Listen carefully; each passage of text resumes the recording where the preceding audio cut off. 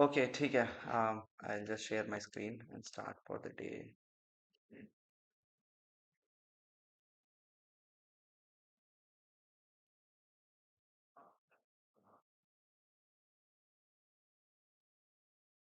सो last time पे जो हमारा डिस्कशन था, it paused on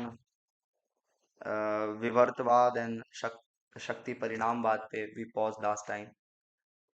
and what happened?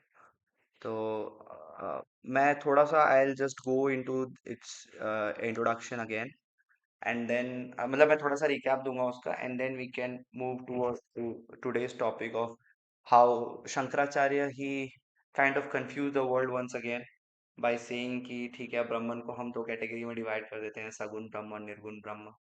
और कैसे हाउ दैट ब्राह्मण is defined and explain, that we will try to understand today. क्या कह रहे थे आप? Control shift,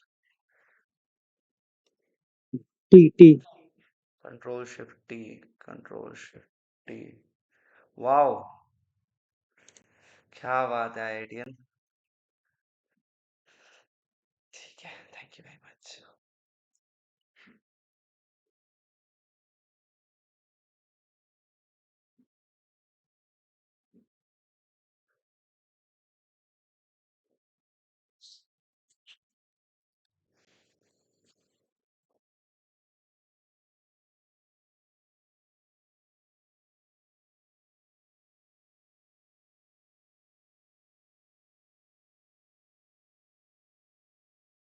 is my screen visible? Yes Surya. तो आज आज हम बहुत ज्यादा कुछ कवर नहीं करेंगे, मतलब जो सगुण और निर्गुण ब्रह्म का कंसेप्ट है, ये बहुत एक्सटेंसिव और एक्सटेंडेड कंसेप्ट नहीं है, और मैं इस वीक ज्यादा पढ़ भी नहीं पाया। बट बट आज का जो डिस्कशन है वो तीन पार्ट्स में डिवाइडेड होगा। पहला, हम समझेंगे लिमिटेशंस ऑफ लिमिटेशंस ऑफ विवर्तवाद, विवर्तवाद। And second, we will see Jeev Goswami's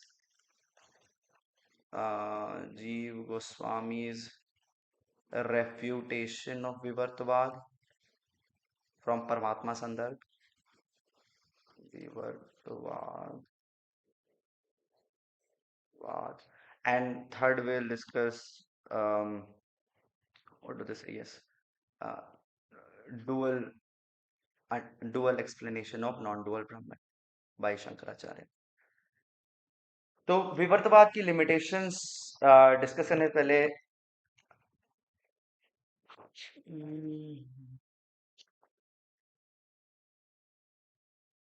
yes ठीक है, तो हम चलते हैं रोप स्नेक एग्जाम्पल पे, and let's see how Shripad Jiva Goswami he explains this rope and snake example.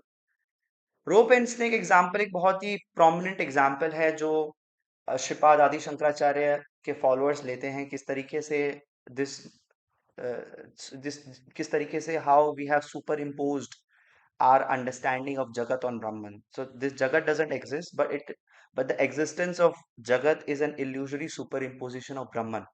जिस प्रकार से जो व्यक्ति है वो स्नेक रोप के ऊपर स्नेक की इमेज को इल्यूजनरी तरीके से सुपर इम्पोज करता है, उसी प्रकार से जगत जो है वो ब्रह्म के ऊपर सुपर इम्पोज किया जाता है। इसी चीज को टेक्निकली कहा जाता है अध्यारोप। पता नहीं है, शायद this is the word as much as I, अध्यारोप या अध्याभास, समथिंग लाइक दैट, अध्यारोप। तो जीव गोस्वामी ना इसमें कुछ क्वेश्चंस पूछते हैं रोप स्नेक एग्जांपल में। उन क्वेश्चंस को will take one by one and see where we land.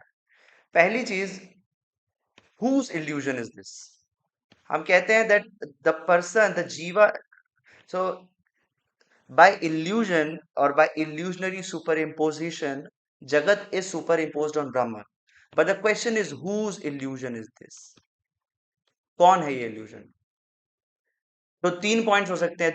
दो ही चीजें तो एग्जिस्ट करती हैं। एक होता है जीव, कोई कह सकता है जीव जीव है, जी जीव इल्यूजन में, this illusion is because of जीवा is facing this illusion. Well sir, जीवा is the product of illusion.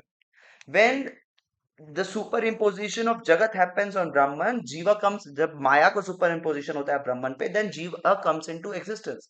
So if Jiva is the result of Brahman, how is Jiva doing the illusion? If he is the result of illusion, how is he undertaking the illusion? How can he be the subject of illusion or object of illusion? He is the result of illusion. So Jiva cannot be the one who is facing this illusion. For example, जब व्यक्ति अंधेरे में निकला और उसने रस्सी को देखा, तो रस्सी को देखकर उस व्यक्ति ने ये मिसअंडरस्टैंड किया या सुपर इम्पोज किया रस्सी के ऊपर स्नेक की इमेज को। तो आचार्य पूछते हैं कि जगत, ब्रह्म के ऊपर जगत को कौन ऑब्जर्व कर रहा है, किसका इल्यूजन है वो? कह सकते हैं जीव का इल्यूजन है, पर जीव को तो इल्यूजन का ऑलरेडी रिजल्ट है। सो जीव का इल्यूजन ये नहीं हो सकता, बिकॉज जीवा is already the product, is already a product of ignorance. It is a product of ignorance. So jiva cannot be having this ignorance. तो दूसरा व्यक्ति कह सकता है अगर जीव नहीं कर रहा है तो next entity is Brahman. Brahman must be having this illusion. ब्रह्म जो है वो ब्रह्म पर जगत का इल्यूजनरी सुपर इम्पोजिशन देख रहे हैं। But as we know Brahman is ज्ञान स्वरूप, सत्यम ज्ञानम अनंतम ब्रह्म। How can Brahman have illusion? जीव इल्यूजन कर नहीं सकता क्योंकि वो इल्यूजन का रिजल्ट है। ब्रह्मन इल्यूजन में फंस नहीं सकते क्योंकि ब्रह्म माया में फंस नहीं सकता, ब्रह्म ज्ञान स्वरूप है। तो क्वेश्चन ये है कि ये इल्यूजन हो कैसे रहा है, ये इल्यूजन कर कौन रहा है? When this question is asked to Shankaracharya कि ये माया से ग्रसित कौन है? जीव माया का रिजल्ट है और ब्रह्म माया के परे है, तो ये माया एक्सपीरियंस कौन कर रहा है? Eight that time Shripad Shankaracharya से इट इज अनिर्वचनीय। क्योंकि अगर माया एग्जिस्ट करती है then then who is experiencing the Brahman, who is experiencing Maya? और माया अगर एग्जिस्ट नहीं कर सकती तो जीव का पतन कैसे हुआ? जीव ब्रह्म से अलग कैसे हुआ? जीव जीव पर माया का अध्यारोप कैसे हुआ? So try to understand this argument. This is a very important argument. What is the argument? अगर माया एग्जिस्ट करती है, नहीं, इससे स्टार्ट करते हैं। अगर माया एग्जिस्ट नहीं करती है तो जीव का पतन कैसे हुआ? जीव पर माया का अध्यारोप कैसे हुआ? अगर माया एग्जिस्ट नहीं करती है तो जीव पर माया का अध्यारोप कैसे हुआ? और अगर माया एग्जिस्ट करती है तो what was I saying? Point, there was a point I was referring to, I missed. Let's start it again. दो कंडीशंस हैं। इफ माया exist, then how is it that I just missed this point somewhere. मैं इस point को explain नहीं कर पाया इसलिए I'm not able to connect it. Let's start it all. मैं इसको दोबारा से explain करता हूँ. Then I'll be able to explain it. So if Maya exists and if Maya doesn't exist, that doesn't exist. So if Maya doesn't exist, how is it that Jiva is illusioned? And if Maya exists, who is facing the illusion?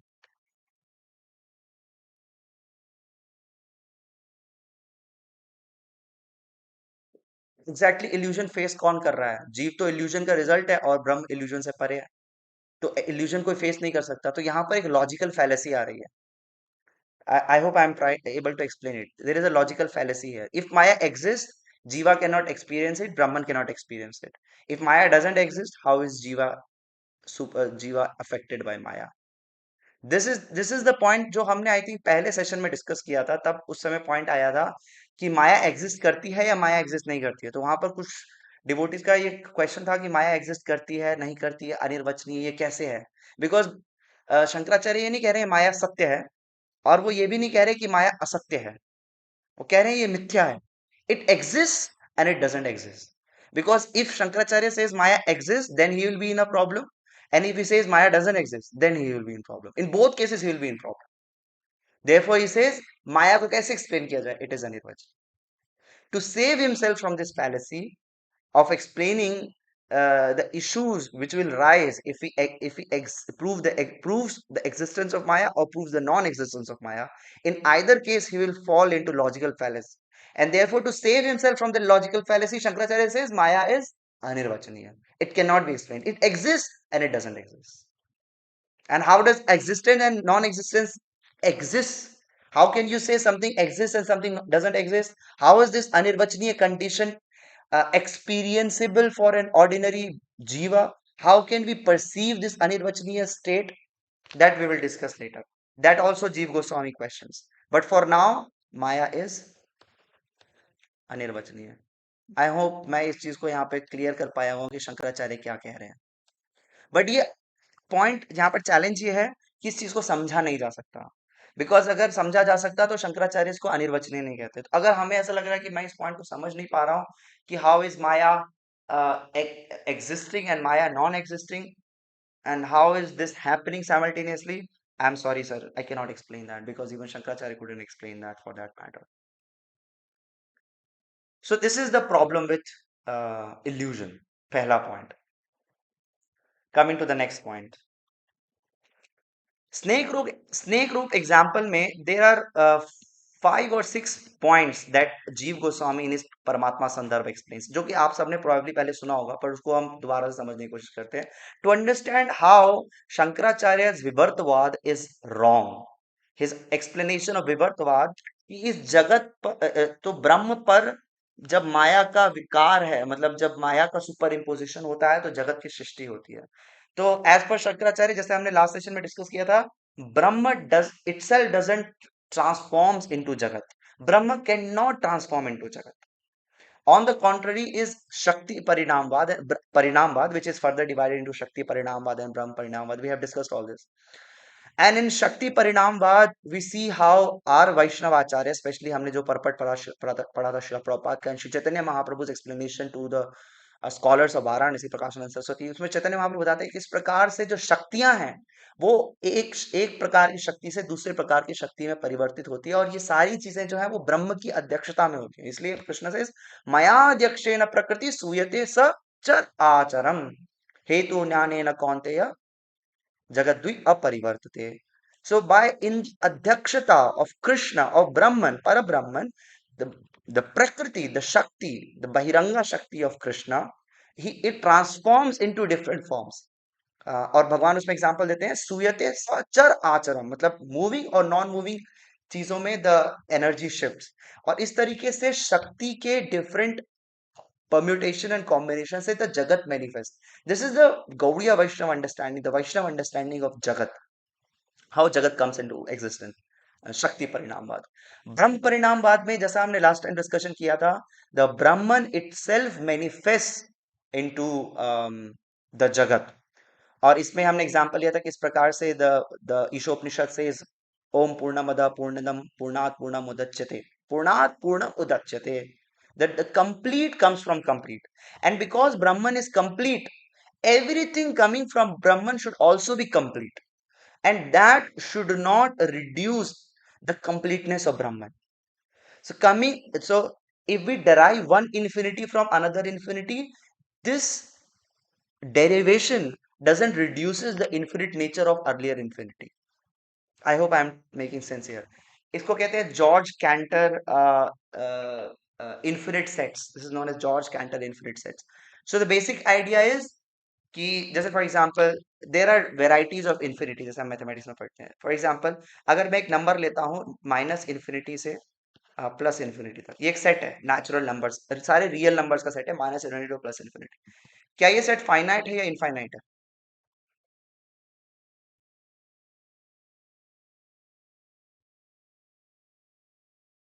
Anyone? It's infinite. Infinite है, okay. अगर मैं लेता हूँ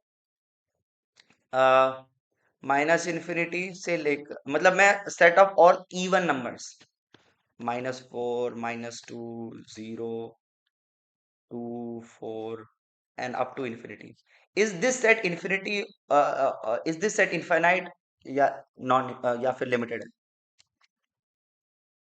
Infinite. Infinite. But Is this infinity bigger or is this infinity bigger?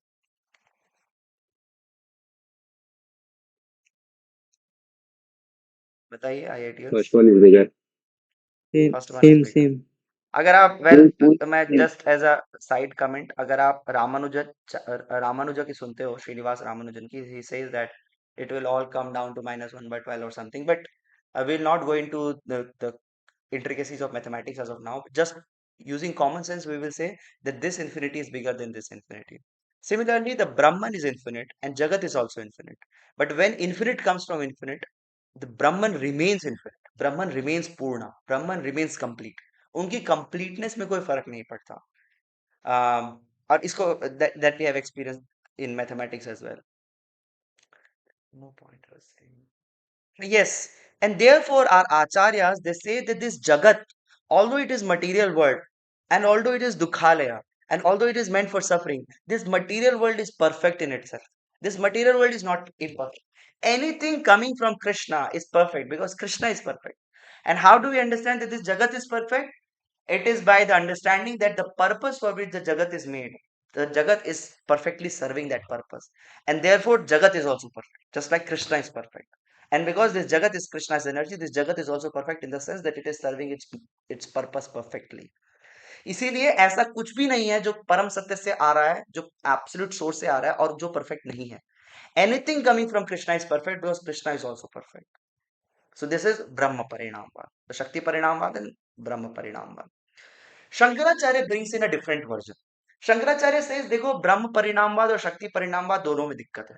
क्या दिक्कत है? We have discussed all this. शक्ति परिणामवाद में दिक्कत है कि अगर मैं बोलूंगा कि शक्तियां एग्जिस्ट करती है, इसका मतलब ब्रह्म में क्वालिटीज एग्जिस्ट करती हैं, ब्रह्म की शक्तियां एग्जिस्ट करती हैं, ब्रह्म में गुण एग्जिस्ट करते हैं, और अगर ब्रह्म में गुण एग्जिस्ट करते हैं तो फिर ब्रह्म निर्गुण कैसे हुआ? ब्रह्म निर्विशेष कैसे हुआ? तो अगर ब्रह्म निर्विशेष है तो इसका मतलब उसकी शक्तियां नहीं होनी चाहिए. सो इसलिए Shankaracharya doesn't accept this concept of शक्ति परिणामवाद. उनके लिए ब्रह्म के पास कोई एट्रीब्यूट्स नहीं है, ब्रह्म के पास कोई शक्तियां नहीं है, ब्रह्म किसी चीज को धारण नहीं करता. ब्रह्मन सिर्फ it just exist bye it's very nature. It exist, it doesn't holds anything, it doesn't holds attributes. Because if he नहीं बोल सकते, if it would hold attribute, तो ब्रह्मन की एग्जिस्टेंस एब्सोल्यूट एग्जिस्टेंस नहीं रह जाएगी, इट विल बी रिलेटिव. और उसकी एग्जिस्टेंस जो क्वालिटीज हमने उसको असाइन की है, उन क्वालिटीज पर उसकी एग्जिस्टेंस डिपेंड करेगी. और इसी को हमने सब्जेक्ट और प्रेडिकेट के एग्जांपल समझा था कि किसी प्रकार से अगर शास्त्र ब्रह्मन को एक्सप्लेन करने की कोशिश करते हैं तो it will land into subject predicate fallacy. And therefore, the absolute Brahman cannot be explained in words, because the moment you do it, you will split Brahman into subject and predicate, and then Brahman's existence will be dependent on predicate. It will be a dependent reality, which is not in accordance with Shankara's explanation of Brahman. Am I making sense? Hello? Am I making Yes, sense? Guruji. नहीं. गुरुजी आप तो sense बना रहे हैं, but ये philosophy sense नहीं बना रही. Wow, that's a beautiful realization, bro. तो सो देयरफॉर शंकराचार्य जो है वो शक्ति परिणामवाद को एक्सप्लेन नहीं करते. तो हम पूछ सकते हैं शंकराचार्य से कि ठीक है, आप शक्ति परिणामवाद एक्सप्लेन एक्सेप्ट नहीं कर रहे, ब्रह्म परिणामवाद को एक्सेप्ट कर लीजिए. ब्रह्म परिणामवाद कहता है ब्रह्म की कोई शक्ति नहीं है, ब्रह्म खुद ही दूसरे फॉर्म में चेंज होता है एंड इट क्रिएट्स जगत. कह रहे हैं ये भी नहीं कर सकते क्योंकि अगर ब्रह्म म्यूटेट होता है, अगर ब्रह्म में म्यूटेशन होगा, then again Brahman will not remain perfect. Then again Brahma में there will be varieties, and varieties is mother of harassment for Mayavadis. It is not mother of enjoyment. तो इसलिए शंकराचार्य से कि नहीं नहीं नहीं, देखो ब्रह्म परिणामवाद भी नहीं हो सकता क्योंकि ब्रह्म में म्यूटेशन आ जाएगा. देन ब्रह्मन will have varieties, but Brahman has got no varieties. ब्रह्मन इज वन, अनम्यूटेबल या इम्यूटेबल, जैसे भी आप बोले. तो क्वेश्चन कोई पूछ सकता है कि लेकिन ब्रह्म में तो वैरायटी है. अगर मैं शंकराचार्य की एक्सप्लेनेशन से चलूं कि द जगत is superimposition of ignorance on superimposition of माया ऑन ब्रह्मन, और इस जगत में मैं वैरायटी देखता हूं तो ब्रह्म में भी वैरायटी होगी, तो शंकराचार्य कहते हैं नहीं नहीं नहीं, ब्रह्म में वैरायटी नहीं है, वो तो माया का सुपर इम्पोजिशन हुआ है. उसके बाद थ्री मोड्स आए हैं, सत्व रजस तमस, ऑन थ्री रोड्स के डिफरेंट थ्री मोड्स के डिफरेंट रेशियो के कारण आप जगत में वैरायटी देख रहे हो, बट इट ऑल इज मिथ्या. This variety doesn't exist. जब आप ज्ञान के स्तर पर होंगे तो आप देखेंगे कि कुछ वैरायटी नहीं है. इट इज ऑल सेम ब्रह्मन. ये तो व्यवहारिक स्तर पर आप अंतर देख रहे हैं, परमार्थिक स्तर पर आप देखेंगे कोई अंतर नहीं है इस संपूर्ण जगत में. शून्यायतम जगत sir. This is therefore Shankaracharya doesn't explain Brahma Parinamvad or Shakti Parinamvad. This is Shankaracharya says नहीं, I have my own philosophy. विवर्तवाद. विवर्तवाद क्या कहता है? there is a illusory superimposition. तो जैसा हमने कई बार पहले डिस्कस कर लिया है, there is a superimposition of jagat on Maya on Brahman and it appears as jagat. और उसी का एग्जाम्पल है स्नेक रोप. तो जो पहला आर्ग्यूमेंट है स्नेक रोप एग्जाम्पल का, जो कि we have already discuss before, is to misunderstand rope as snake the observer. पहली चीज, ऑब्जर्वर ही कौन है, यही कंफ्यूजन है, यही एक्सप्लेन नहीं कर पाते मायावादी. ऑब्जर्वर अगर जीव है तो जीव कैसे ऑब्जर्वर हो सकता है? वो तो माया का प्रोडक्ट है. और ऑब्जर्वर अगर ब्रह्मन है तो ब्रह्म माया में कैसे आ सकता है? ब्रह्म तो ज्ञान स्वरूप है, तो ब्रह्म तो कभी इल्यूजन में नहीं आ सकता. तो although I will use this word observer throughout the discussion, but we don't know who that observer is. We don't know who observes. The man buddhi ahankar are jad. It cannot observe. Only sentient being is Jiva, but Jiva cannot observe, Brahman cannot observe. We don't know who observes. But let's say someone observes. So with this understanding, the first argument that Jiva Goswami gives in Paramatma Sandarbha is that to mistakenly superimpose the image of snake on Brahman, snake on rope, we should have a prior experience of snake. So to miss or to superimpose Jagat on Brahman, one must have a previous experience of Jagat. जैसे for example, जो बच्चा होता है, जो नया नया बच्चा, जैसे प्रभुपाद जी एग्जाम्पल देते हैं कि एक बार उनके जो एक बेटे थे वो उंगली डाल रहे थे पंखे में, एंड प्रभुपाद नहीं चाहते थे वो डाले, बट वो बच्चा क्यों डाल रहा है उंगली? क्योंकि उसको कोई प्रायर एक्सपीरियंस नहीं है कि पंखे में उंगली डालने से मेरी उंगली को चोट लग सकती है, कट सकता है. And because of not having that prior experience, he is not afraid of that fact. But once he got prior experience, Prabhupada ji ने स्विच बंद किया और उंगली डाली, चोट लगा, खटा. And then Srila Prabhupada son, he got that experience कि नहीं, पंखे में उंगली डालने से चोट लगती है. आफ्टर दिस एक्सपीरियंस वो नहीं करें. तो अभी क्या हुआ, ही हैज दिस आइडिया कि देखो पंखे में उंगली नहीं डालनी चाहिए, चोट लगेगा, लेकिन उसके लिए उसका एक प्रीवियस एक्सपीरियंस रिक्वायर्ड था इस चीज का. जैसे नए बच्चे होते हैं, उनको मकड़ी वकड़ी, छिपकली, चींटी, केचुए, किसी से डर नहीं लगता, क्योंकि उनका कोई प्रायर एक्सपीरियंस नहीं है उस चीज का. लेकिन जब वो देखते हैं कि मेरे घर के बड़े डरते हैं इनसे, then he develops this subconsciously that these insects or animals should be feared of.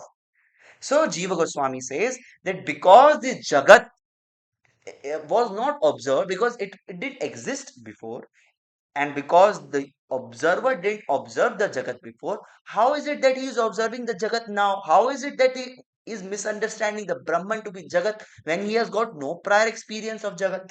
This is the first logical fallacy of Vivartavad. No prior experience of jagat. This is the first argument. What is the second argument?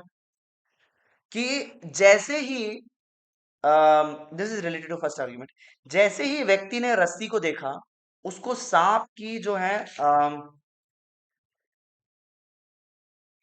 okay, I'm not getting this. Okay. So second argument is similarity of attributes.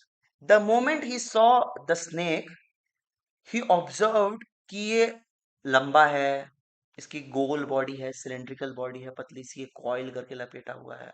और जो सांप बैठता है, सांप की भी ऐसी qualities होती है, उसका एक लेंदी बॉडी होती है, सिलेंड्रिकल, वो ऐसे कॉइल करके बैठता है, पतला सा होता है, ऐसे कोने में पड़ा रहता है. So there are similarities of attributes. तभी तो there is question of comparison.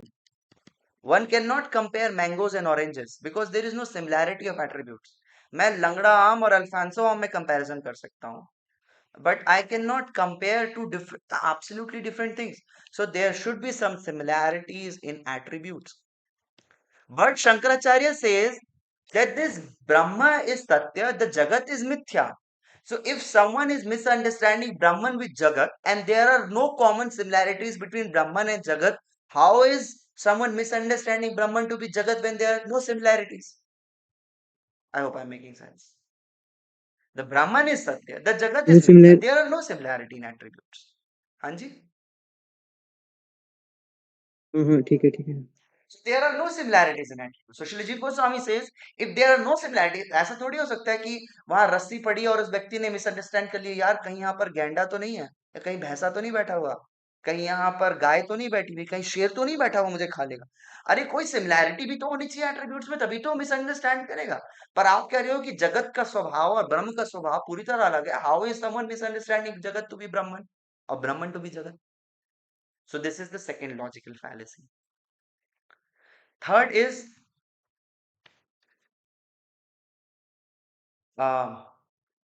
how can everyone have the same confusion?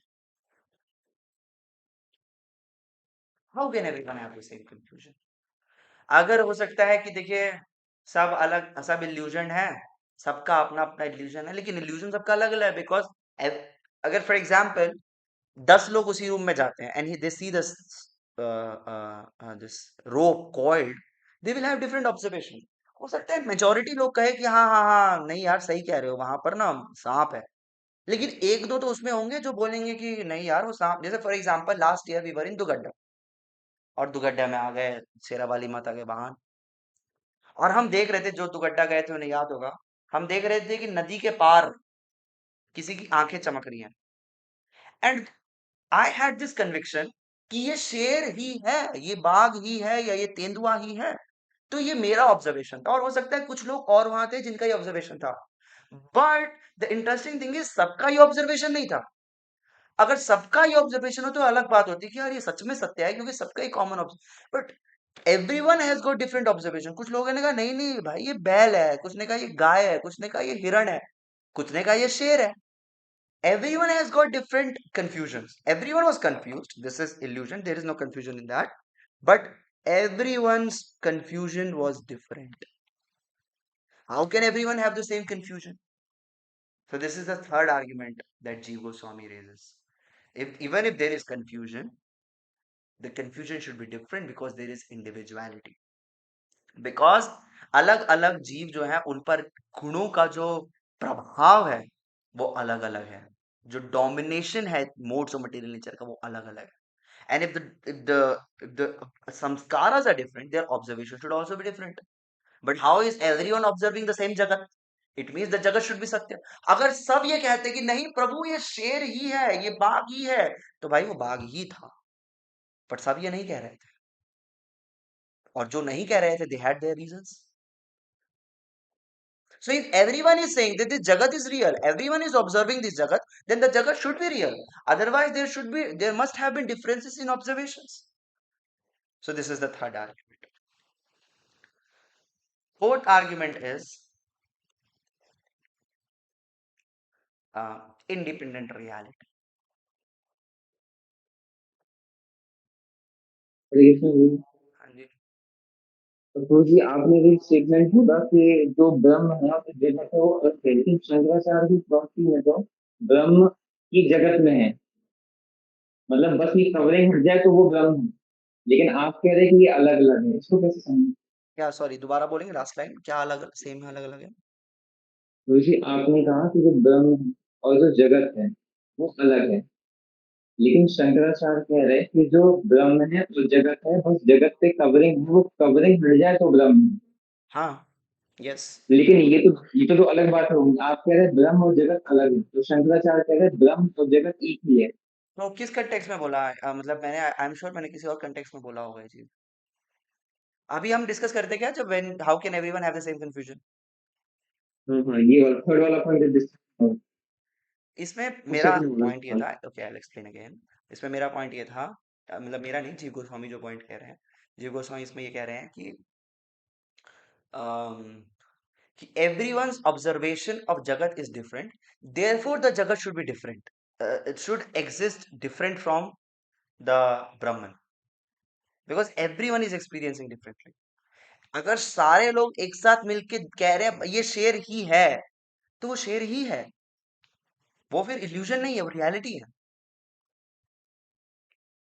Shankaracharya से no no no no no, ये इल्यूजन है, और सारे जितने भी जीव इल्यूजन में है, वो सब एक साथ इल्यूजन में है। So we will humbly ask Shripad Shankaracharya, Shripad, if everyone is observing and everyone has got different level of consciousness, how is everyone's experience of Jagat the same?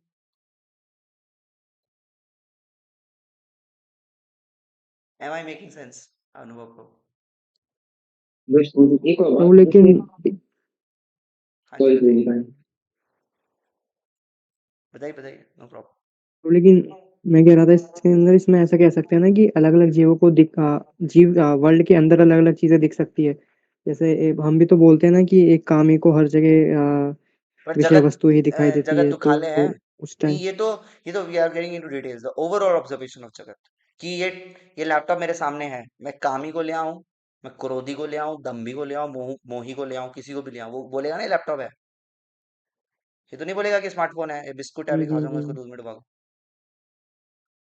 There हुँ, realisations हुँ। या there consciousness is different, but when they see the jagat, they say it's real. The table is real, the wall is real, the window is real, the door is real, the body is real, mind is real, the ignorance is real, although temporary, but it's real. इस observation में they are all same, है ना? जिस प्रकार से कुछ लोग कह हुँ, सकते हुँ, हैं हुँ। प्रो ये गाय जो है वो लाल रंग की है, कुछ नीली रंग की है, कुछ बोलेंगे हरी रंग की है, कुछ बोलेंगे ये इस नस्ल की है, उस नस्ल की है। There is variety in that, but ये गाय है, इसमें तो किसी का कंफ्यूजन नहीं होना चाहिए था ना। मान लो फॉर एग्जाम्पल, आप एक अलग बैकग्राउंड से हो और मैं किसी अलग बैकग्राउंड से हूँ, तो हमारे यहाँ मान लो आपके यहाँ गाय को पूजते हैं, हमारे यहाँ गाय को खाते हैं, तो हम दोनों के सामने गौ माता आई, तो आपसे पूछा जाएगा ये क्या है, तो आप बोलोगे ये माँ है।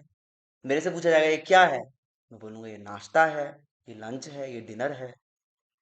तो हम दोनों के पर्सपेक्टिव अलग अलग थे, लेकिन हम दोनों से पूछा जाएगा ये क्या है, हम दोनों बोलेंगे गाय है।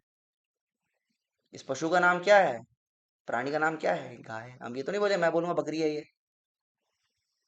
तो details might be different based on my consciousness, based on my संस्कार, बट जो उसका नेचर है कि ये गाय है, वो तो हम दोनों सेम ही बोलेंगे ना। अगर मैं बोलूंगा, आप बोलोगे ये गाय है, मैं बोलूंगा नहीं ये बकरी है, then I am fool, then I am not worthy of asking questions.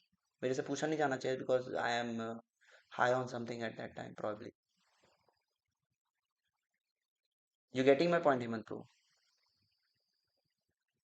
जगत के यस नेचर प्रभु के समझ बारे गया। में everyone has got the same opinion, same if not opinion, experience. The जगत इज रियल, द दुख इज रियल, द सुख इज रियल। और सुख और दुख क्या है, इसके पर्सपेक्टिव्स या इसका कॉन्शियसनेस अलग हो सकती है, but they exist. Is there any confusion in that? नहीं प्रभु समझ गया। हाँ जी हरे अनुभव कृष्ण। हाँ अनुभव।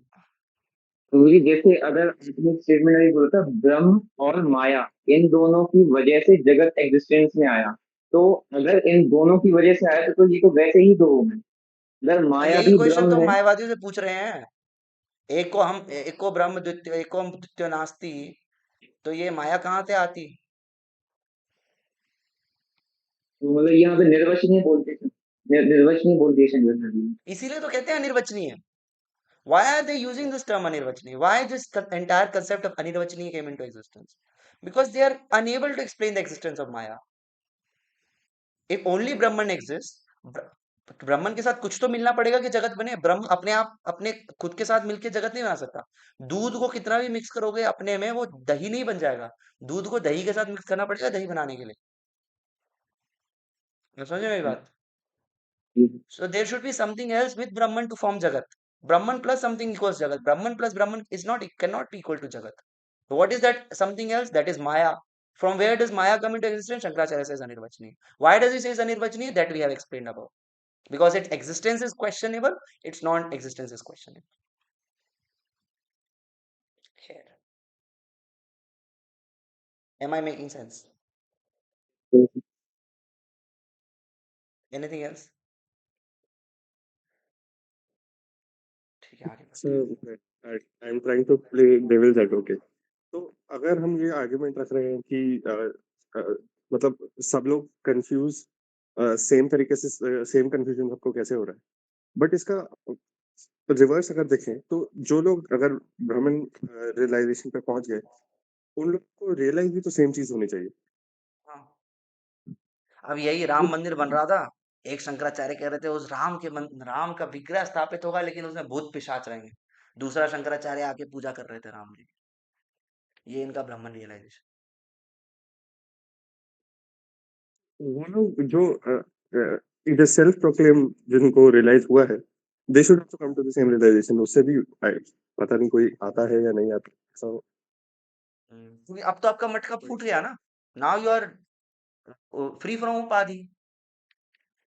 अब तो मटका फूट गया आपका। अब आप ब्रह्म एक है, घटाकाश आपका गया। तो then you should have same understanding. Why after hearing Bhagavad Gita, Krishna is saying, Arjuna is saying, Nashto Mohasmita Labdha Tat Prasanam Maya Chuta. स्थितोस्मि गत संदेह करिष्ये वचनम तब। आप जो बोलेंगे वो मैं करूंगा। क्यों? अगर ब्रह्म रियलाइजेशन हो गया तो जो कृष्ण सोच रहे हैं वही अर्जुन सोचेंगे। There is still difference. There is still difference. It's There is difference in opinions of Shankaracharya and the modern day Shankaracharya. Adi Shankaracharya and modern day Shankaracharya. There is still difference. And why are you keeping the photos of Shankaracharya here and there? The Shankaracharya था जो वो तो शरीर जो था वो तो मटका था, उपाधि थी, तो गया। Now it doesn't exist anymore. वो तो माया था शरीर। So why the photo of Shankaracharya? एक दिन इन्हीं शंकराचार्य के ऊपर पैर रख के मैं भी बन जाऊंगा। I'll make you read an article on Saguna Nirgul Brahma. उसमें they discuss more on this. ठीक है गुरुजी मानो को? हाँ कह रहे हैं कि जैसे एक एग्जांपल लेते हैं कि जैसे एक लकड़ी है मतलब माचिस की तीली और उसमें उसमें जब आग लगती है तो बाकी माचिस की तीली में भी वो आग लगा देती है। तो वैसे एक्सप्लेन करते हैं कि अगर आप जब रियलाइज हो जाओगे तो मतलब आप भी जो है एक तरीके से सारा जो नॉलेज है पूरा कुछ अनंत अनंत रूप में आप भी इसी तरीके से पूरा खत्म हो जाएगा। मतलब इसकी जरूरत नहीं पड़ेगी तो वेदों की या फिर जो भी आप पढ़ रहे हाँ, हो yes, या they फिर say on the level of Brahman, these shastras are irrelevant. Hmm. Yeah, they say that. इससे मुझे एक और एग्जांपल याद आया। कुछ मायावादी इसी एग्जांपल लेते हैं। मैंने कहीं बहुत पहले सुना था कि जिस प्रकार से लकड़ी को लकड़ी से घिस के अग्नि प्रज्वलित हो जाती है। although this example is self contradictory, but लकड़ी को लकड़ी से घिस के अग्नि प्रज्वलित हो जाती है, उसी प्रकार से ये जगत बनता है। पर लकड़ी को लकड़ी पर घिसने के लिए कोई चाहिए होता है। लकड़ी लकड़ी से अपने आप नहीं घिस जाती। There is an external effort लकड़ी को लकड़ी से घिसने के लिए, फिर अग्नि प्रज्वलित होती है। पहला आर्ग्यूमेंट। दूसरा आर्ग्यूमेंट, लकड़ी के अंदर अ, अग्नि हमेशा विद्यमान है। It is always there. जिस प्रकार से दूध में घी हमेशा है या मक्खन है, इट इज जस्ट अनमेनिफेस्ट। उसी प्रकार से लकड़ी में अग्नि है, लेकिन ब्रह्म में तो कोई गुण नहीं है। पानी को कितना भी मैं मत लूं, उस पानी से मैं क्या कहते हैं मक्खन नहीं निकाल सकता, क्योंकि वो अव्यक्त रूप से भी वो मक्खन पानी में नहीं है। अव्यक्त रूप से वो एंटिटी दूसरी एंटिटी में होना चाहिए उसको निकालने के लिए। दूध में मक्खन है तभी दूध निकल रहा है। मैं एप्पल जूस को कितना भी मैं मत दूंगा उसमें से घी नहीं निकलेगा, उसमें से मक्खन नहीं निकलेगा। तो इसका मतलब है अग्नि अग्नि लकड़ी में थी, इसलिए तो अग्नि बाहर आई है, अनमेनिफेस्टेड। इस तरह से संसार फिर ब्रह्म में होना चाहिए, जगत ब्रह्म में होना चाहिए, तभी ब्रह्म से जगत आया है। तो इस तरीके से वो अपने आर्ग्यूमेंट में फैलेसी में जाता है। Full of logical फैलेसीज, full of logical फैलेसीज। Okay, anyway let's move ahead. So independent reality. Fifth point है, जीव गोस्वामी पूछते हैं प्रमाणस, जिसको हम टेक्निकली एपिस्टेमोलॉजी कहते हैं। We have covered this around एक साल पहले। मुझे इंडिपेंडेंट रियलिटी का कर दिया क्या आपने एक्सप्लेन? ठीक है, दोबारा कर देता हूँ। ये लकड़ी वाला एग्जांपल था क्या उसके लिए? नहीं नहीं, लकड़ी वाला एग्जांपल तो उन्होंने मुझे माचिस की लकड़ी का एग्जांपल दिया, तो that came into my mind. So independent reality is कि Shripad Jiva Goswami says that Brahman it is an entirely independent reality, and Jagat is an entirely independent reality with no similarity between them at all. So therefore uh, जगत जो है वो अपनी existence के लिए ब्रह्म पे dependent नहीं है. दिस इज श्रीला जीव गोस्वामी's explanation. Whereas the Mayavadis they say that Jagat is dependent on, actually in ultimate sense it is dependent, but ऐसा नहीं है कि जैसे फॉर एग्जाम्पल जो पुत्र है वो अपनी एग्जिस्टेंस के लिए अल्टीमेटली पिता पे डिपेंडेंट है, लेकिन पुत्र की अपनी एक इंडिपेंडेंट एग्जिस्टेंस है पिता से. I hope I am making sense. लेकिन ऑल्दो उसको अपनी एग्जिस्टेंस में आने के लिए पिता चाहिए, लेकिन अब जब एग्जिस्टेंस में है तो उसका पिता से कोई मतलब पिता से एक इंडिपेंडेंट उसका संबंध है ना. This is the point. इसी प्रकार से जो ब्रह्म है ऐसा नहीं है कि जैसे इसका ये एक एग्जांपल ये है. दूसरा एग्जांपल है जो मायावादी देते हैं कि जैसे जो स्क्रीन जो होती है वो प्रोजेक्टर जो है वो स्क्रीन पर प्रोजेक्ट करता है, और प्रोजेक्ट पे स्क्रीन करने के लिए जो जो चीज प्रोजेक्ट हो रही है वो प्रोजेक्टर पर अपनी एग्जिस्टेंस के लिए डिपेंडेंट है. अगर प्रोजेक्टर को हटा दिया जाएगा तो हवा में आप उसे प्रोजेक्ट नहीं कर सकते. So its existence is dependent on screen. This is not the case with child and son, child and father. The child although needs father for existence but has separate existence. लेकिन जो जो picture present हो रही है it need screen for its existence, और अगर screen हटा दिया जाएगा इट्स एग्जिस्टेंस विल फेड. जीव गोस्वामी से जो जगत और ब्रह्म का संबंध है वो दूसरा एग्जाम्पल नहीं है, वो पहला एग्जाम्पल है कि ऑल्दो जगत comes from Krishna. Krishna says अहम सर्वस्य प्रभवो मत्तः सर्वम प्रवर्तते. द जगत कम्स फ्रॉम ब्रह्मन, बट जगत is independently existing from. It's not that जगत इज सुपर इम्पोज्ड ऑन ब्रह्मन एंड ब्रह्मन अगर इधर उधर होता तो जगत की एग्जिस्टेंस हिल जाती. Am I clear here?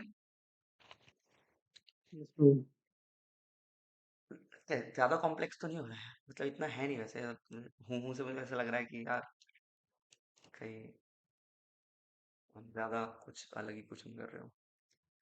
Okay then next जीव गोस्वामी आर्गुमेंट देते हैं एपिस्टेमोलॉजी ऑफ अनिर्वचनीय. तो हम जानते हैं कई तरह के प्रमाण होते हैं, पर जो तीन मुख्य प्रमाण है जीव गोस्वामी ही अपने तत्व संदर्भ में लाते हैं, प्रत्यक्ष, अनुमान और शब्द. तो जीव गोस्वामी कहते हैं अनिर्वचनीय के बारे में इन तीनों ही तरीकों से नहीं जाना जा सकता. तो कोई भी चीज एग्जिस्ट करती है उसकी existence, epistemology is basically a science of प्रमाणस. हाउ समथिंग एग्जिस्ट और डज समथिंग एग्जिस्ट और not, it is understood by epistemology. And we have, हमने इसको बहुत अच्छे से 5-10 सेशंस में डिस्कस किया था, तो I am not going in detail on this. But हम जानते हैं there are 3 primary types of प्रमाणस, प्रत्यक्ष, अनुमान एंड शब्द. एंड जी गोस्वामी से अनिर्वचनीय को हम इन तीनों से ही समझ नहीं सकते. प्रत्यक्ष तो आप बिल्कुल नहीं समझ सकते, because there is nothing to see. What will you see? Brahman you cannot see, the Maya you cannot see, Jagat is also Brahman. It is illusion. How can someone see illusion? So when we try to see the Anirvachaniya aspect of Maya uh, by Pratyaksha Pramana, we cannot see it. It is beyond observation. So therefore it is not possible by Pratyaksha. ठीक है, अनुमान अनुमान लगा देंगे कि किस तरीके से काम करता है अनिर्वचनीय. लेकिन अनुमान ही तो नहीं लगा पा रहे, इसलिए तो अनिर्वचनीय बोला है. अनुमान लगा पाते तो उसको एट्रीब्यूट्स देते किस तरीके से exactly it is happening. But अब अनुमान नहीं लगा पा रहे, ऐसे इट हैपेंस, होता है, ये अनिर्वचनीय. एंड शब्द, द शास्त्रास डोंट टॉक अबाउट अनिर्वचनीय एस्पेक्ट ऑफ एब्सोल्यूट ट्रुथ. शास्त्रास नेवर स्पीक एनीथिंग अबाउट अनिर्वचनीय. सो देर इज नो प्रमाण ऑफ अनिर्वचनीय. कोई प्रत्यक्ष प्रमाण, अनुमान प्रमाण, शब्द प्रमाण अनिर्वचनीय का एक्सिस्ट नहीं करता. इसलिए जो अनिर्वचनीय चीज है ये एग्जिस्ट ही नहीं करती, क्योंकि इसके एग्जिस्टेंस को अप्रूव नहीं कर सकते. It is a brain child of Shripad Shankaracharya. He bought this idea of Anirvachani to prove the existence of Maya, which cannot otherwise be proved. Sixth argument is, this is the this is an argument from एक book है by Shripad Ramanujacharya. उसमें he brings in 7 arguments to counter मायावाद. मायावाद सप्त अर्थोपपट्टी, ऐसे मुझे book का नाम याद नहीं है. बट 7 आर्ग्यूमेंट्स को विल डिस्कस इन मुझे आज जब मैं प्रिपरेशन कर रहा था तो अभी थोड़ी देर पहले I came to know about this 7 arguments and but मेरे पास टाइम नहीं था to go through all of them and understand them but I'll try कि हम नेक्स्ट सेशन में उसको डिस्कस करें all the 7 arguments that Shripad Ramanujacharya give but उसका एक आर्ग्यूमेंट नहीं एक क्वेश्चन है और जीव गोस्वामी रामानुजाचार्य को ही यहाँ पर कोट करते हैं वेयर इज माया लोकेटेड और ये चीज हमने डिस्कस कर ली है ऑलरेडी यहाँ पर yes yes here where is maya located उसके बाद और भी क्वेश्चन पूछे Jiva Goswami where is maya located क्या माया जीव के आस्पेक्ट जीव के पास जीव माया में है या ब्रह्म माया में है या कोई तीसरा ही ऑब्जर्वर है जो माया में है या माया हर जगह एग्जिस्ट करती है माया का एग्जिस्टेंस क्या है who is in illusion this also we have discussed jiva illusion में है पर जीव इल्यूजन में नहीं हो सकता ब्रह्म इल्यूजन में नहीं हो सकता तो इल्यूजन में है कौन exactly what is the pot this is also very interesting question हमने पिछले सेशंस में घटाकाश की बात की थी किस प्रकार से जो समुद्र है ब्रह्म समुद्र के समान है और इसमें जो है ये मटका है ये मटका शरीर है उपाधि है और मटके के अंदर भी ब्रह्म है और ये जीव है और ये जो मटका है ये इग्नोरेंस है या उपाधि है या माया है तो ये मटका है क्या एग्जैक्टली किस चीज से बना है हम ये जानते हैं ये मटका समुद्र के पानी से अलग है इसलिए समुद्र के पानी में डिजोल्व नहीं हो रहा है इसका मतलब इसका नेचर इसका एग्जिस्टेंस जो है वो समुद्र के पानी पे डिपेंडेंट नहीं है और इससे अलग है तो ये मटका एक्चुअली है क्या Hadis can't answer it और एक और क्वेश्चन कि इस मटके ने ब्रह्म को ओवर पावर कैसे किया कह रहे कि नहीं पूरा ब्रह्म ओवर पावर नहीं होता ब्रह्म का एक पार्ट ओवर पावर हो जाता है पर ब्रह्म का अगर एक पार्ट ओवर पावर हो जाता है इसका मतलब Brahma is now divided into parts but Brahman has got no parts it is immutable it can not be change it can not be you cannot turn it into fractions so therefore there is a problem here कि ब्राह्मण का कौन सा part covered है माया ने उसी part को cover क्यों किया जैसे फॉर एग्जांपल अगर मैं एक रस्सी को दोनों तरफ से खींच रहा हूँ या सपोज अगर मेरे पास एक रबर बैंड है उसको दोनों तरफ से खींच रहा हूँ तो वो पॉइंट जहां से वो सबसे ज्यादा कमजोर होगी वो उस जगह से टूटेगा है ना तो मतलब कि जब वो रबर बैंड फैक्ट्री में बन रहा होगा तो उसमें जितने भी कार्बन हाइड्रोकार्बन है वो एक दूसरे से बॉन्ड बना रहे होंगे और इस तरीके से पूरा वो रबर बैंड बना लेकिन वो बॉन्ड कहीं तो वीक रहा होगा तो जब मैं खींचूंगा तो उस जगह से टूटेगा इट्स मेक सेंस ओके ठीक है कि भाई बनाने में there was some irregularity and due to that irregularity the rubber broke from that point but how what can we say about Brahma माया ने ब्रह्म के उसी पार्ट को कैसे ढका उस चीज को कैसे समझा जाए तो there is no answer on that there is no answer on that okay मेरे को नहीं खाना है so screen so there is no answer about that so these are the 6 arguments that Srila Jeev Goswami gave to reject the snake and pot example, snake and rope example. Basically, these are the 6 arguments that Srila Jeev Goswami gave to refute Vivartva, the Shripad Shankaracharya. With this, I guess we are done with one section of our discussion. If someone has got any queries or questions, you can, or something to add, you can share.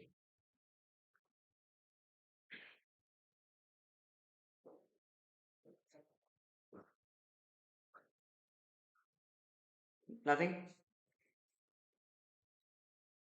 मुझे जो बोल रहे माया कहाँ located है वगैरह वगैरह तो उसको तो जब एक बार निर्वचन ये बोल ही दिया तो फिर तो सभी के आंसर हो ही जाएंगे ना अपने आप नहीं हो रहे ना सभी के आंसर मतलब बेसिकली या एक तरीके से कह सकते हैं but Jiva Goswami is going deeper on this कि ठीक है आप नहीं अनिर्वचनीय इज माया एग्जिस्ट और नॉट या माया का एग्जिस्टेंस कैसे हुआ and then there are further questions on this um, कि माया कहाँ कैसे कार्य करती है what are the functions of what are the attributes of maya there are even more questions on that and unfortunately the uh, the Mayavad or Advaita Vedanta Sripad Shankaracharya cannot answer any of these questions. Okay, Brojis. हरे कृष्ण हाँ जी प्रभु जी pot वाले को तो ऐसे answer कर सकते हैं ना, जो गॉडीय फिलॉसफी में भी है कि जैसे जब बादल होते हैं वो सूरज को कवर कर लेते, प्लीज ना हो, उसी नहीं नहीं तरह नहीं, मेरे माया को है नहीं वो। समझ, मेरे को नहीं समझ में आ रहा, आपको दोबारा थोड़ा धीरे धीरे बोलना पड़ेगा। प्रभु जी देखिए आपने पॉट वाला एग्जाम्पल दिया कि ये पॉट कैसे कवर कर ले रहा ब्रह्म को, तो इसका तो आंसर ये हो सकता है ना कि जैसे जो बादल होते हैं वो सूरज को कवर कर लेते, यही वो उतने ताकतवर नहीं है, बस हमें लग रहा है उतने ताकतवर है। तो उसी तरह ये पॉट भी तो कवर कर लिया, भले ही उतना ताकतवर नहीं है लेकिन लग रहा है। हाँ, देन फिर नेक्स्ट क्वेश्चन है, पॉट एग्जिस्टेंस में कहाँ से, ये बादल कहाँ से आया? बादल के लिए पानी होना चाहिए, मतलब पानी एग्जिस्ट करता है सूर्य से इंडिपेंडेंट। तो ये तो माया, यही तो माया है। हाँ जी। तो यही तो माया है, ये तो इल्यूजन है, हाँ वो बट है नहीं है। वही तो मैं पूछ रहा हूँ, they can not explain this. यही तो हमारा भी क्वेश्चन है, they can not explain this. How is this happening? सूर्य को ढक लिया बादलों ने, और बादल they are independent, existing independent of सूर्य। फ्रॉम वेयर डिड बादल come into existence? What is the argument of बादल्स एग्जिस्टेंस?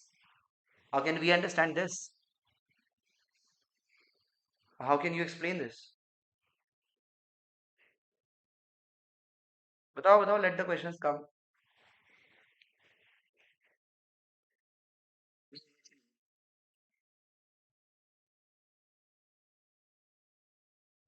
बताइए अनुपम ब्रो।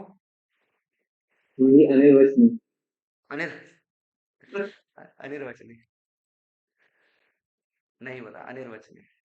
एग्जाम में आप एग्जाम की तैयारी कर रहे हो, जो भी एसएससी यूपीएससी की, नहीं आंसर आया तो लिख देना अनिर्वचनीय,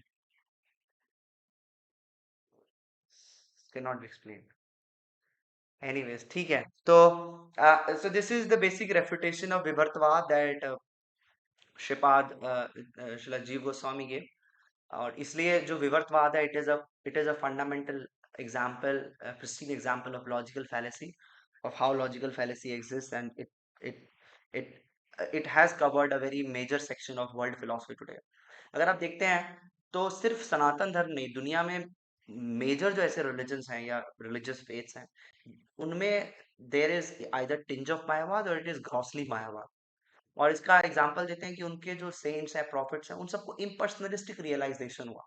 And due to that impersonalistic realization, one opinion that Mayavadis have is that this idea of impersonalism is trans-cultural, trans-religion, trans-society. It is spread across all religions, all cultures, all societies of the world, and therefore, uh, the Anirvachani, the Advaita Vedanta must be correct. Well, people all around the world have lust, they have anger, they have greed. That doesn't justify lust, anger, greed कि भाई सब लोगों में lust, anger, grid है, तो ये तो natural है, तो इसको ओवरकम करने की जरूरत नहीं है। तो फिर क्यों रिलीजन्स इंटेंशनली इतना ज्यादा इंस्ट्रक्ट करते हैं to suppress lust, anger and greed? Why? That they can't answer. Well, it is found in all culture. हो सकता है उस कल्चर में मायावाद हो या ना हो, लेकिन लस्ट तो है। तो फिर रिलीजन्स क्यों कह रहे हैं लस्ट को दबाओ दबाओ दबाओ दबाओ? क्यों दबाओ? ये तो है हर जगह, एंजॉय। नहीं नहीं, इसको दबाओ, लेकिन मायावाद हर जगह है तो बिकॉज ही हर जगह है इसलिए यही सही होना चाहिए, नहीं। कोई चीज जिसकी लाठी उसकी भैंस से सिद्धांत नहीं चलता क्या? कोई चीज हर जगह है तो therefore it should be correct. Philosophy doesn't works like that, truth doesn't works like that. यह शास्त्र विद्यमुत्सृज्य वर्तते काम कारता, the shastras will decide. If we reject shastras and if we work on our own concocted meanings, that doesn't justify it. ऐसा नहीं है कि a lot of people, if a lot of people are following, so it should be correct. It doesn't work like that. Okay, ठीक है। So this is, we are done with our first part of the discussion. Moving to the second part, this is comparatively shorter. Yes. Sagun Brahman and Nirvan Brahman. So Shankaracharya, he is stuck in a dilemma, which we discussed about. There are a lot of queries, questions that he can't answer, a lot of questions that he can't explain. तो शंकराचार्य क्या करते हैं? विवर्तवाद से पूरा independent एक नया ही faith system introduce कर देते हैं, दिस सगुण और निर्गुण। तो what he does, he says ब्राह्मण इज नॉन डुअल, अद्वय, बट ही डिवाइड्स ब्राह्मण इनटू टू कैटेगरीज। सगुण ब्रह्म जिसे जिसे आप कह सकते हैं inferior god, and nirgun brahman which you can call it superior. And sagun brahma में Shankaracharya brought in something called panchopasana, जिसमें he introduced worship of 5 deities: Surya, Durga, Ganesh, Shiv and Vishnu. Worship of Saguna Brahma. And Nirgun Brahman is Brahman. He said you worship them and you try to reach here. But this is inferior Brahman. This is Brahman still contaminated by Maya. It is not completely free from Maya. But इनका हमने ऐसा जैसा discuss किया था, इनका मटका इतना बड़ा है, they are almost liberated but not liberated. And someday हम इस स्थिति से भी ऊपर होंगे. हम इस मटके के ऊपर पैर रख के we will merge into Brahman. This is the so this सगुण ब्रह्म क्या है? सगुण ब्रह्म क्या एक्चुअली एग्जैक्टली इसको शिपा शंकराचार्य डिफाइन करते हैं एज सॉरी शिला प्रभुपाद डिफाइन करते हैं एज फिलोसॉफिकल विष्णु. मतलब सिद्धांत के तरीके से by allegories and by different examples they are trying to explain the absolute truth, but because they cannot explain the अद्वय immutable Brahman all at once, तो एक सीढ़ी की तरह काम करते हैं कि सीधा सेकंड फ्लोर पर नहीं जा सकते, तो पहले फर्स्ट फ्लोर पर जाओ. तो फर्स्ट फ्लोर क्या है? सगुण ब्रह्म का. इसलिए शिला शंकराचार्य लेकर आते कंसेप्ट सगुण ब्रह्म की. जो लोग सीधा निराकार ब्रह्म तक नहीं जा सकते, वो सगुण ब्रह्म पर आए, यहाँ पर रहें थोड़ा दिन, यहाँ साधना करें, थोड़ी भक्ति करें, थोड़ा शास्त्रों में मन लगे, then they step over this saguna Brahma and merge into nirguna Brahma. This is this is his idea of Sagun Brahma and Nirgun Brahma. And there is no relation. There is absolutely no relation between Sagun Brahma, Nirgun Brahma and Vivartavad. विवर्तवाद क्या कहता है कि ब्राह्मण में कोई भी what's called कोई भी चेंजेस नहीं हो सकते, कोई भी म्यूटेशन नहीं हो सकता. यस, कोई भी इम्यूटेशन नहीं हो सकता. बट जो ये सगुण निर्गुण ब्रह्म का कंसेप्ट शंकराचार्य लेकर आए, it was absolutely different concept. और उन्होंने कहा कि देखो ये जो सगुण ब्रह्म है ना, शिव, ब्रह्मा और गणेश, इन सब में क्वालिटीज हैं, they have attributes, but the nirguna Brahma has got no attributes.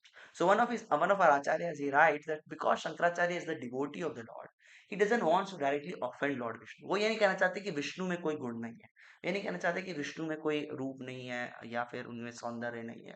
तो क्या करते हैं, वो विष्णु को एक अलग ही कैटेगरी में रख देते हैं. He can say yes, Sagun Brahma has got qualities, Vishnu has got qualities, Vishnu is very superior, but Brahman is Nirvishesh. So Brahman ko is calling Nirvishesh, but he is not calling Vishnu Nirvishesh. He is not calling Vishnu lame, blind, deaf, dumb. He is not calling all these attributes to Vishnu.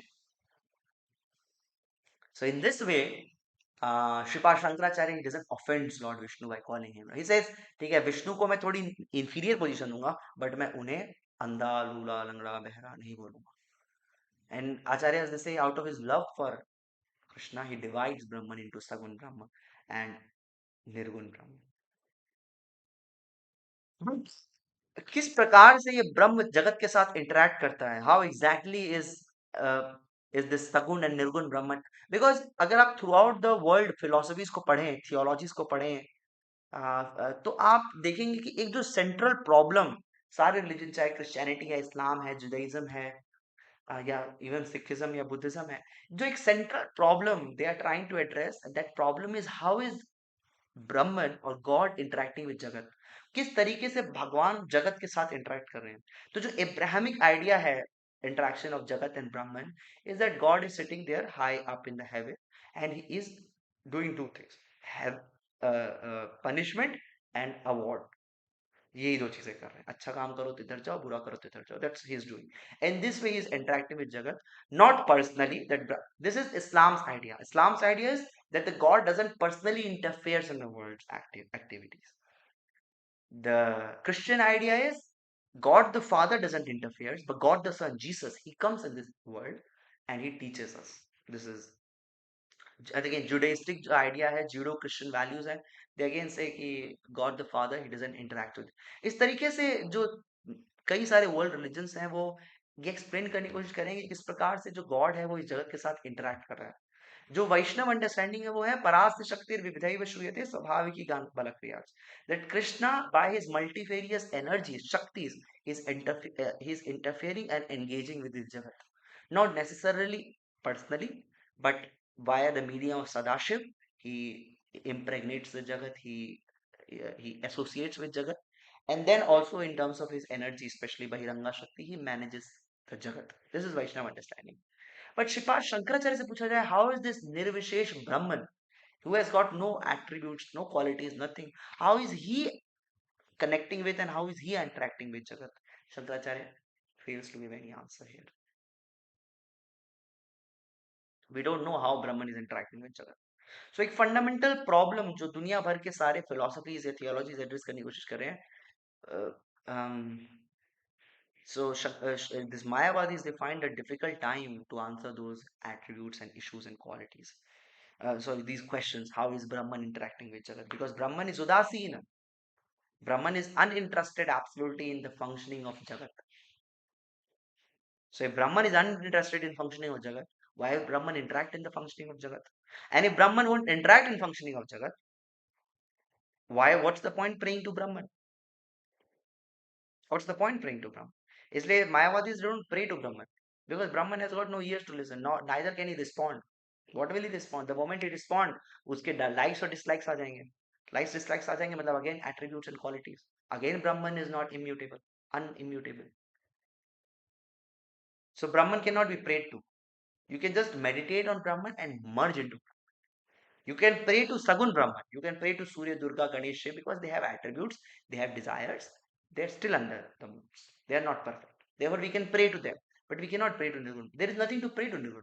So on, so on, so on. I am that, I am that, I am that, I am that. करते करते मायावादी pray कि एक दिन मैं ब्रह्म में मर्ज हो जाऊंगा.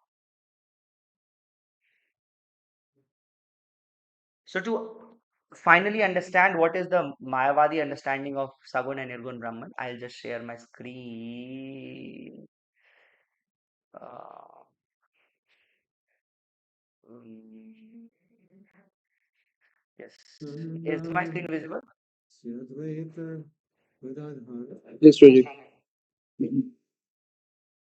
So this is Mayavadi explanation on Sagun and Nirgun Brahman. We'll just read 1 or 2 paragraphs and this will give us the idea. Hare Krishna, Oops, sorry. Hare Krishna. So Ish, Prashna, Kat, Tapani and other Upanishads elaborately treat the methods of contemplation of Brahman as devoid of qualities. Badrayana in the chapter of Brahma Sutras, Badrayana is Vedavyas, which deals with nature and qualities of Brahman. जो हमने I hope आप लोगों को याद होगा हमने last session में discuss किया था आनंदमय अभ्यासात. And there was one another sutra that we discussed. परिणामात किसी को याद है? आत्मकृते परिणामात.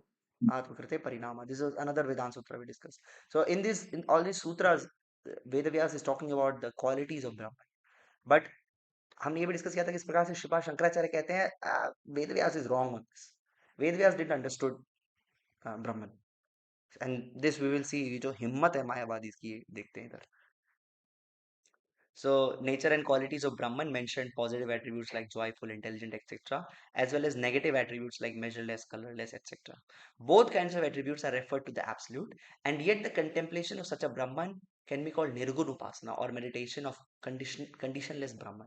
The chief distinction between contemplation of conditioned and unconditional Brahman is that in the former, the devotee looks upon it as really connected with those attributes. In the case of Sagun, while in the latter, in the case of Nirgun, positive and negative qualities are not viewed as essentially connected with it, but as suggesting its absolute meaning. This prakar Satyam Jnanam Anantam Brahma. It is not actually an attribute of Brahman, but it is pointing towards the attribute of the Brahman. We also discussed how Shastras, they don't actually speak of Brahman according to Shripad Shankaracharya. We discussed how Shastras, they are referring to Brahman. This is how Brahman is. But they cannot exactly explain Brahman because the moment they do, Brahman तो वो subject और predicate में break हो जाएगा and Brahman will have attributes. Again, it won't be Nirvishesh. To save from this, to save himself from all this backlash, Shankaracharya says, Shastras, they are pointing toward Brahman. but they are not exactly talking, and they cannot talk on. In this way, Sripad Shankaracharya is rejecting all the Shastras as temporary, as indicative, and as useless eventually. But we don't agree with it. What is that Payar? Jiver Kripaye Krishna Kaila Veda Puran. किसी को याद है? माया मुग्ध जीव नाही स्वतः कृष्ण ज्ञान अतः जीवेर कृपाय कृष्ण कैला वेद पुराण. So this Veda and Purana, the Shastra, they are Krishna's mercy. Krishna spoke Bhagavad Gita out of his mercy, out of his compassion. Vedavyas spoke Srimad Bhagavatam out of his compassion, out of his mercy. Shaunak Adi Rishi ko Sudha Goswami is speaking Srimad Bhagavatam out of his compassion. Shankaracharya says all this compassion is temporary and useless eventually. Horrible horrible. किस प्रकार से शंकराचार्य जो भगवान का प्रेम है जीवों के प्रति, जीवेर कृपा है कृष्ण कैला वेद पुराण, is saying this all this is माया. जो भगवान की कृपा है, जो कृपा शक्ति है, जो शास्त्र है, वही माया है. तो यहाँ पर ये भाई साहब कह रहे हैं, जो कि एक्चुअली मत है मायावादियों का, कि निर्गुण ब्रह्म के साथ आप इन एट्रीब्यूट्स को सत्यम ज्ञानम अनंतम ब्रह्म, उसको हम कनेक्ट कर सकते हैं, बट जो सगुण ब्रह्म के साथ कनेक्ट कर सकते हैं, पर निर्गुण ब्रह्म के साथ we can not connect. In the contemplation of condition here, in the contemplation, last paragraph, first line, first para, last line. In the contemplation of conditioned Brahman, those and similar other properties form a part of contemplation. तो इस प्रकार से आप सगुण ब्रह्म के इन qualities पर कंटेम्पलेट करेंगे.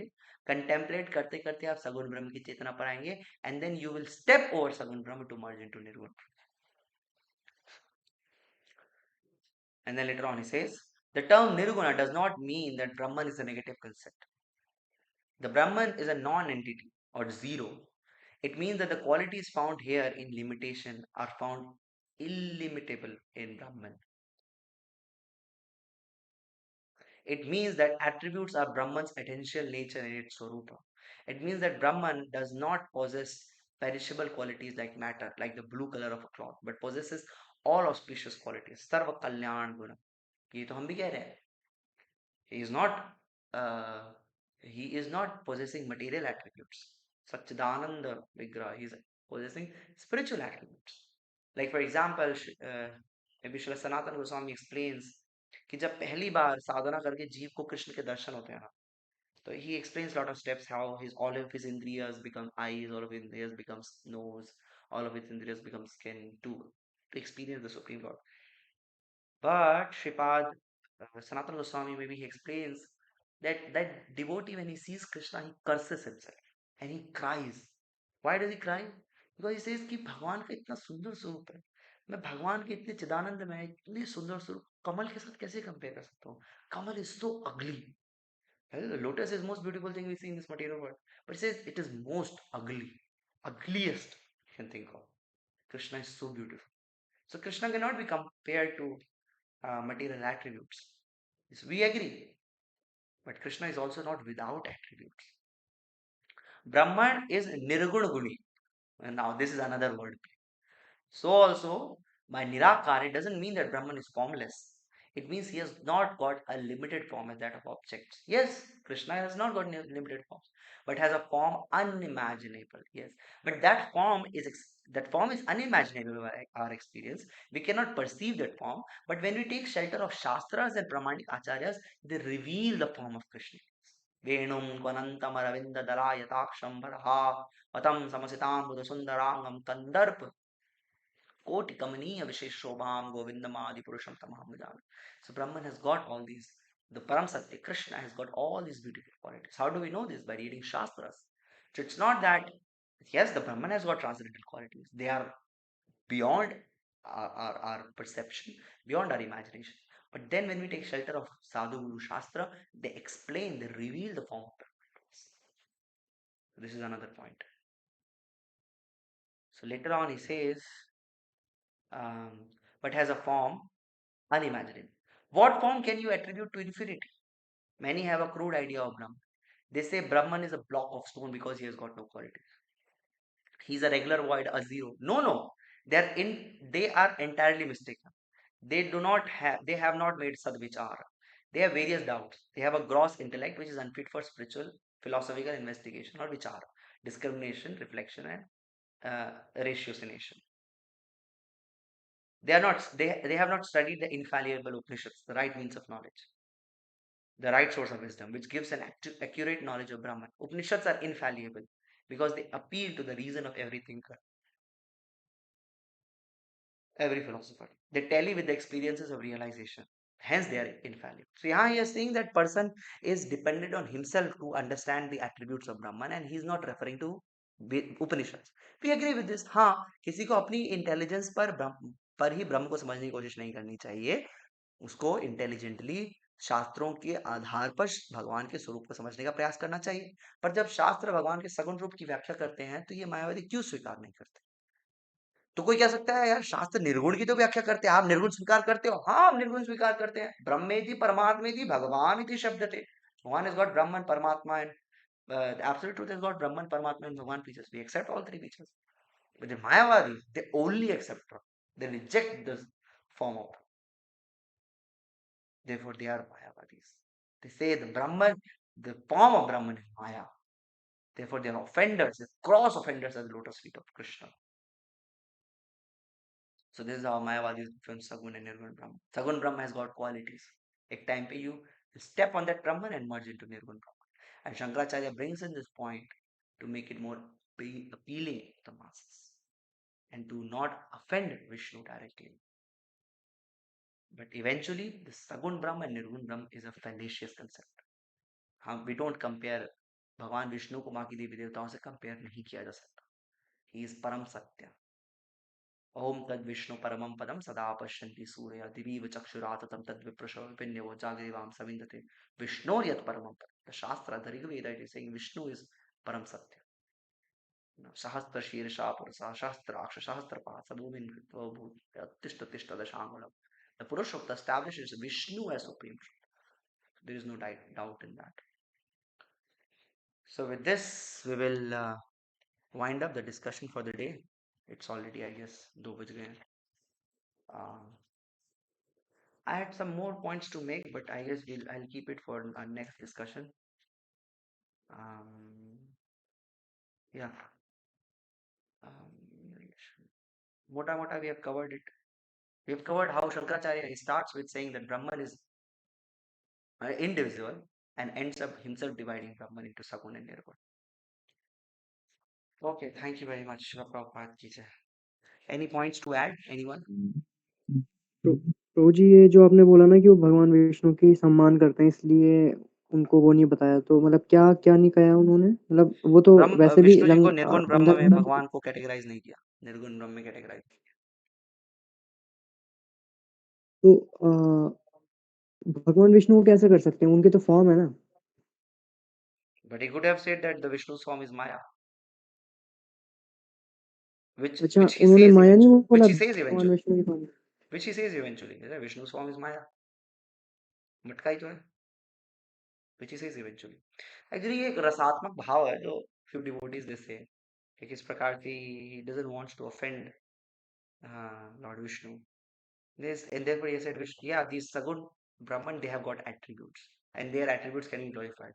इसलिए Sripad Shankaracharya established several temples around the nation, establishing Sagun Brahman, so that जो आम लोग हैं वो पहले सगुण ब्रह्म से कनेक्ट करें, इन सगुण ब्रह्म को ट्रांसफर करके निर्गुण ब्रह्म में चले जाएं. इवन जो मेजर टेम्पल्स हैं, बद्रीनाथ टेम्पल, मैं हरिद्वार में था तो वहाँ पे मनसा देवी और Chandi Devi temple was established by Kedarnath temple was established by Sripad Shankaracharya, and many other temples were established by Sripad Shankaracharya. So he gave the scope of glorifying Vishnu, but it is within a limitation that eventually it is Maya, but within that scope you can glorify Vishnu. इसलिए last बार जब हम भजन पढ़ रहे थे उसमें there was a line कि कृष्ण अंगे वज्र हैया ताहारस्तवन. The Mayavadis, when they glorify Krishna, it is like striking Krishna with Vajra. Because they would eventually say, we are saying this, Krishna, you are great, Krishna Munde Jagat Guru, but eventually you are Maya. Your existence as Krishna is Maya. इसलिए इसलिए कृष्ण अंगे वज्र हया ताहारस्तवन, their prayers is like thunderbolt attack on the body of Krishna. बिल्कुल शंकराचार्य भी बोलते हैं ना, नारायण सर्वव्यापी। Narayana Sarvavyakta. Yes, he says that. Parovyakta, sorry. Sarvavyakta. Narayana Parovyakta. He says this. Even in this Gita Mahatmya, he glorifies Bhagavad Gita like anything. He glorifies Ekam Shastram Devaki Putra Gitam. Eko Dev Devaki Putra Eko Matrasya Tasya Namami Yani Karma Ekam Tasya Devasya Seva. देखा जाए तो इसी श्लोक में उन्होंने सारी साधना पद्धति दे दी. But then of course the Mayavadis won't follow.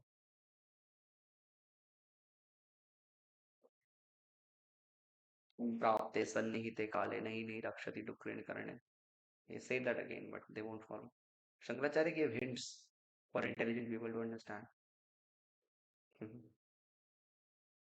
Yeah. Okay, one last point and we'll wind up for the day.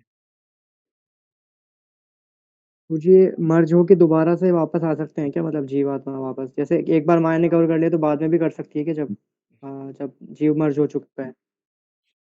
इसलिए हमने पहले ऐसा सेशन में डिस्कस किया था, शंकराचार्य कहीं पर भी मर्ज वर्ड यूज नहीं करते, बिकॉज मर्ज का मतलब है निकलेगा जाएगा, अगेन लूजेस द पॉइंट. ऐसा लेकिन होगा नहीं, इट रिमेन्स ऑलवेज देयर. तो मतलब ब्रह्मन रियलाइज हो गया तो उसके बाद दोबारा से माया माया से प्रभावित हो सकता है क्या? नो, कृष्णा सेज यद गत्वा न निवर्तन्ते. हाँ, अगर वही श्लोक हुआ भी, के मान लो, कॉन्टेक्स्ट में मैं पूछ रहा अगर हूँ। हम थोड़ा लॉजिकली समझने की कोशिश करें, मान लो कि वो मुक्त हो गया माया से, फिर दोबारा माया जाएगी, उसी को ढूंढने जाना है, लेकिन इतने बड़े समुद्र में अब वही पानी कहाँ है? ये कितनी अच्छा, सारी लॉजिकल वैसे फैलेसीज में घुस जाते हैं अगर मायावाद और इंडिविजुअलिटी भी तो खत्म हो जाएगी ना। हाँ, अब वो इंडिविजुअल रहा ही नहीं ना, अब वो था, अब नहीं है, तो आप उस इंडिविजुअल, आप बोलने जाओगे उससे मिलना है, बोले किससे मिलना है? वो जो हेमंत कुमार था, वो जो अभी ब्रह्म में लीन हो चुका है, ब्रह्मलीन बन चुका है, उससे मिलना था. कह रहे हैं वो हेमंत कुमार था. अब हमने जो जो जीव आत्माएं, आप रजिस्टर पे जाओगे, ब्रह्मलोक के रजिस्टर पे जाओगे, रिसेप्शन पे, तो बोलेंगे जो जो जीव आत्माएं ब्रह्म में लीन होती जाती है, हम उनका डेटा इरेज करते जाते हैं, because there individuality is gone. तो वो बोलेंगे नहीं, मुझे उसी ब्रह्म को दोबारा, उसी हेमंत को दोबारा माया में डालना है. कह रहे अब तो वो हेमंत है ही नहीं, यही है सब, इसमें ढूंढो नया हेमंत.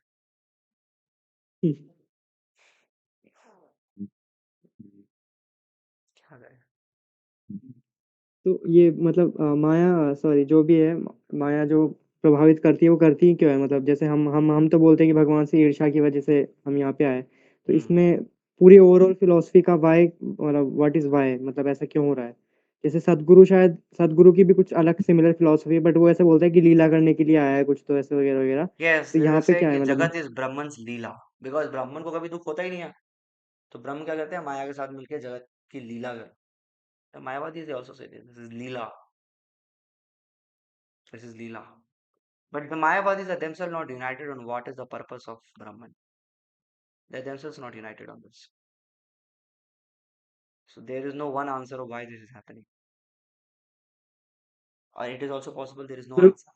ये प्रभु जी अभी सब केवल मोस्टली बोलते हैं कि भक्ति पर ही ध्यान दो, क्योंकि मायावादी में तो भी कहते हैं कि साधना पे ही ध्यान दो, तो जब होगा तो होगा, निर्गुण में जाना है तो जाना। आप ब्रह्मलीन हो जाओगे हेमंत को, तो आपको पता चल जाएगा क्यों मैं गया. लेकिन आई प्रे आप कभी ब्रह्मलीन ना हो. ठीक है, okay. Thank you very much प्रोजीज, thank you for your kind attention. We are at a very interesting mode of our discussion.